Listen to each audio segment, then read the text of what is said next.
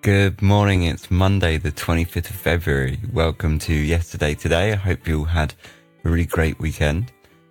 Today we're going to be going back to the 25th of February, 1761. So it's a bit more of an older one.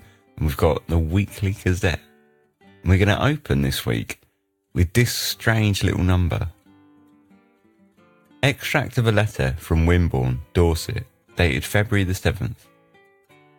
Friday night, between 8 and 9 o'clock when it was extremely dark, as I was returning home in my coach with the canvas up, I was suddenly surprised with the most extraordinary appearance of light I ever upheld, which rendered every object so visible, not only on the spot where we were, but for miles round, that my servants, who but just before could scarce perceive the heads of the horses they rode on, could now see to take a pin from the ground.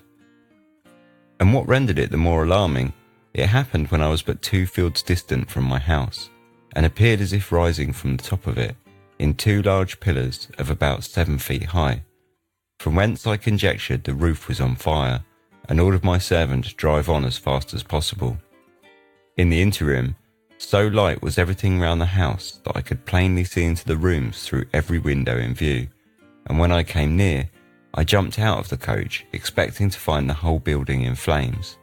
But in an instant, to my second great surprise, the light vanished without leaving a spark behind, or doing the least damage. I since hear this surprising phenomenon, or meteor, or whatever the naturalists please to call it, was seen 6 miles distance, and lasted for only half a minute, but its continuation over the house I judged to be near 5 minutes, and when it disappeared, seemed to move forward and sink below the roof. Now, doesn't that just sound like an 18th century UFO sighting? Absolutely fascinating piece. But what I like the most about it is the fact that the paper offers no commentary whatsoever. It just prints this as an extract of a letter and then just moves on. It's an absolute cracker of a story. It does definitely sound like something straight from the X-Files. And the next story is something that I found quite surprising. On Friday, came on to be tried before the Lord Chief Justice Wills and a special jury in Westminster Hall, a very extraordinary cause, wherein an attorney was plaintiff and a lady defendant on an action to recover the penalty of £20 for wilfully neglecting to be at church 1 whole month. However, the jury found a verdict for the defendant, it being proved that she was in a bad state of health. Then, below the story, in italicized writing, they print the law.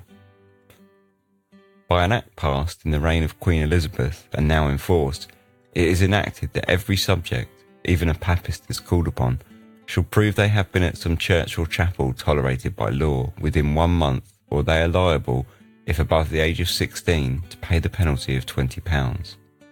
The above law was made to oblige the papists to hear the pure gospel, and that every subject of the realm should do the same, and not daringly or wilfully keep from going to the church or chapel. Well, there's the results of the Reformation, ladies and gentlemen.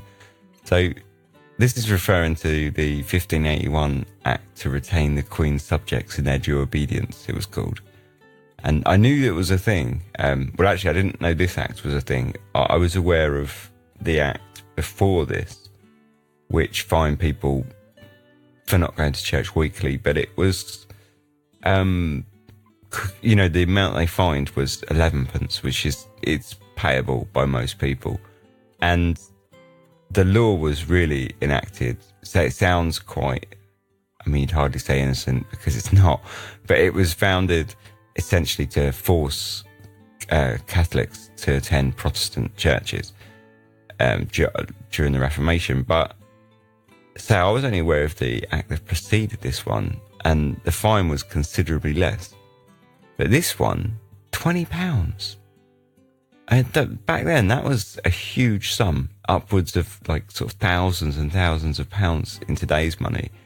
And it would have definitely been unaffordable by just a huge majority of the country. I found it all quite surprising that it was, that heavier sum if you didn't attend church. Anyway, I'll leave you today with this little curiosity. We hear that the battle between Mags and the Nailer, intended to be fought in London on Monday last, is deferred till next Monday at the desire of several noblemen. Now, I've got no idea what sort of battle that was that would take place between someone called Mags and someone called the Nailer, but doesn't it just sound great? Anyway, that was yesterday. This is today, which is Monday, so have a good one. Let's get through this and move on with the rest of the week. Let's go. Have a good one, people.